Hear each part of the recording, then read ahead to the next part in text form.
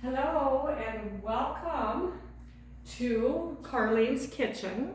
Hi, I'm Carlene, and today I'm going to be working with pumpkin. Now this is not the same as this pumpkin. Obviously they're different sizes, but I didn't know that when you bake, you're always supposed to use a sugar pumpkin. It has different names. Our store calls it a pie pumpkin. Internet called it something different. But if you want to make your own pumpkin, to make a pumpkin dessert, which is what I'm going to do today. Pumpkin pie. Or pumpkin pie, like my husband just said. What you would do, and this would be kind of fun, get yourself one of these guys. They're $2.50 right now. Cut them. Don't even try to cut this stem. Don't waste your time. Cut around it. Cut this or scoop the seeds out, and then just bake it in the oven with some oil on top of it. And that's what you'll mash. And that pumpkin would be the same as what my recipe is going to use, which is organic pumpkin puree. I can't get this at the store right now, but you can get it online. It's a little pricey, maybe, but how often do we cook with pumpkin? Not that often. This is a fall thing that we're doing. So yeah, today I'm focusing on pumpkin. I have been working with pumpkin and I'm learning. I'm learning some things that I want to share. So today we're going to make pumpkin pie bars. You can put cream cheese on top. I know that I made pumpkin cookies and featured that just a real quick short. The reason that I'm not doing more pumpkin cookies has to do with the number of carbs that I was getting when I used the flour that made the pumpkin cookies. And so I'm switching it out. I'm using a different flour. I'm going to talk about flour in just a second. So today we're going to be doing more a keto pumpkin pie bar.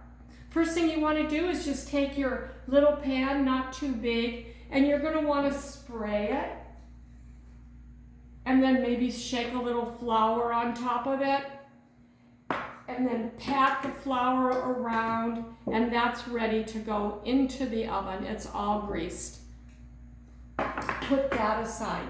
So here we go. I'm going to be using my mixer. I started off and I took 2 eggs and 1/3 cup and 1 tablespoon of monk fruit. I'll have the recipe below. So you can, and I've already blended that up. So I turned it on, and it looks beautiful. Here it is. It'll look like this. Okay? So I've already done that. I let that blend around for a while. And now I'm just going to add everything in here. Every recipe that I've ever read always says to separate the wet from the dry. I'm just putting it all in. I'm trying to make it quick. So I used 2 eggs and 1/3 cup of monk fruit and a tablespoon of monk fruit. Then it calls for 1/2 cup of coconut oil. We're not using butter. We're using coconut oil. The only thing I want to feature today is this, which is absolutely wonderful and sounds fabulous, cost almost the same price as this. So I'm sure there's a difference in the manufacturing and the budget and the bottom line. But you can get this at Costco, and this lasts me forever. So you melt down I do believe it was 1/2 cup of oil. So you put that in here. 1/2 cup of oil. That's going to make it moist. Then you're going to add 1 cup of puree. I went and used this product that I love. And the only problem that I have with it, pumpkin does have a reasonable amount of carbs. But the fact that it has so many vitamins, I'm not even going to go into it because I would have to go study it. but it's agreed that pumpkin is good for you. So I'm going to add a cup of pumpkin and mix that up. Get that in here. You can tell one reason that I just kind of assume that pumpkin is good for me is simply by the color. I wouldn't doubt it has beta carotene in it, maybe like a carrot, because it's orange. And then I'm going to add a teaspoon, 1 teaspoon of baking powder,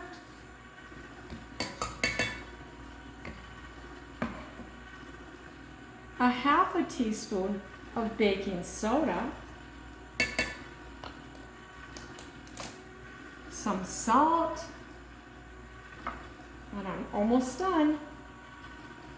And I'll just quickly move this over.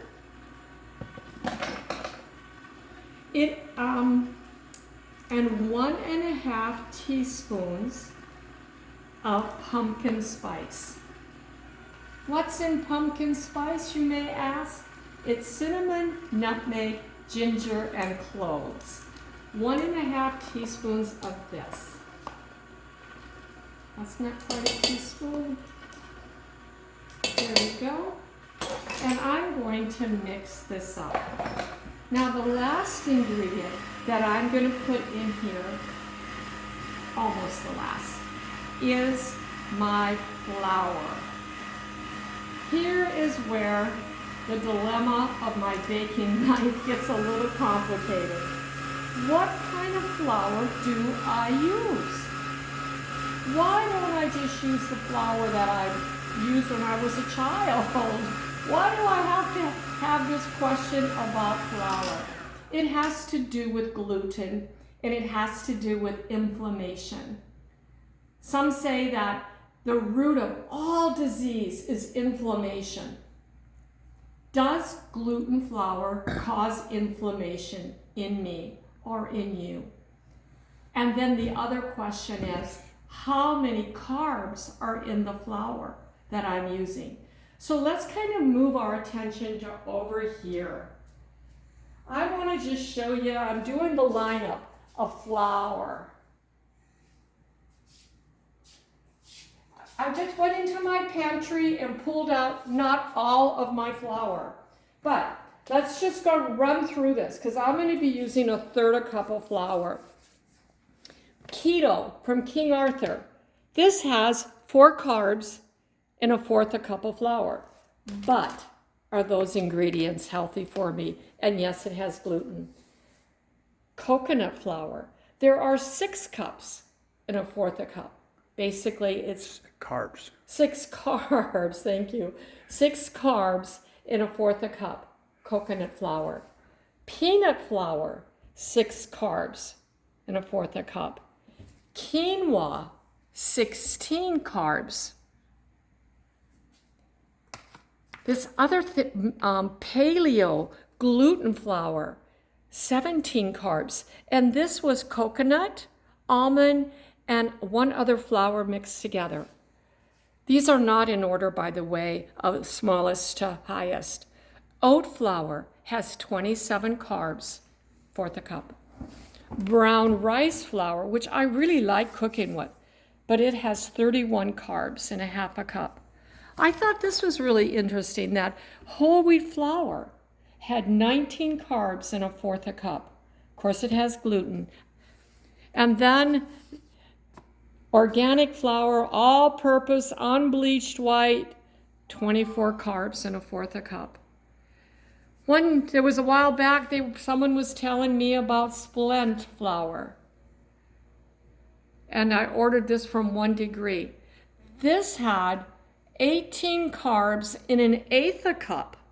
So there's more than 30 carbs, the highest number, in all of these flours. So all of these are my choices. My recipe actually called only for this, 1/3 cup. But I'm going over here today and I'm going to use this one. So it's a little bit of an experiment. It has a new, better texture. I sure hope so. And I'm going to use about 1/4 cup. I take it back. I'm going to use it 1/4 cup. So here it is. Now I know with coconut flour, you don't substitute other flours 1 to 1. But look at my mixture. It looks like pumpkin pie, yeah. But I'm not making a pie to eat with a fork. I'm making a bar. So let's put in my 1/4 cup of flour and see what I have. See if I'll need to give it a hack of some sort. So in it goes. Yeah, it looks okay. Obviously, if you just used this flour, all beach flour, it would hold together, it would be a bar. But I don't want all those carbs, so I'm using this. Now here's a little hack that I myself have created. If I think that for whatever reason, this, and the reason would be that it is too runny, what I do in my baking is I add some oats. I simply add an ounce of oats to thicken it up, just a little bit. And hope that it's going to give it a little more bulk and a little more texture. So that's it. I'm going to take my pan and I'm going to put my batter into the pan.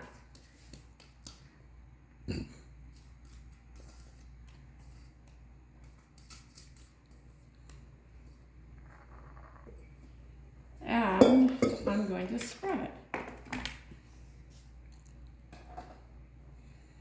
And this is going to go in a 350-degree oven.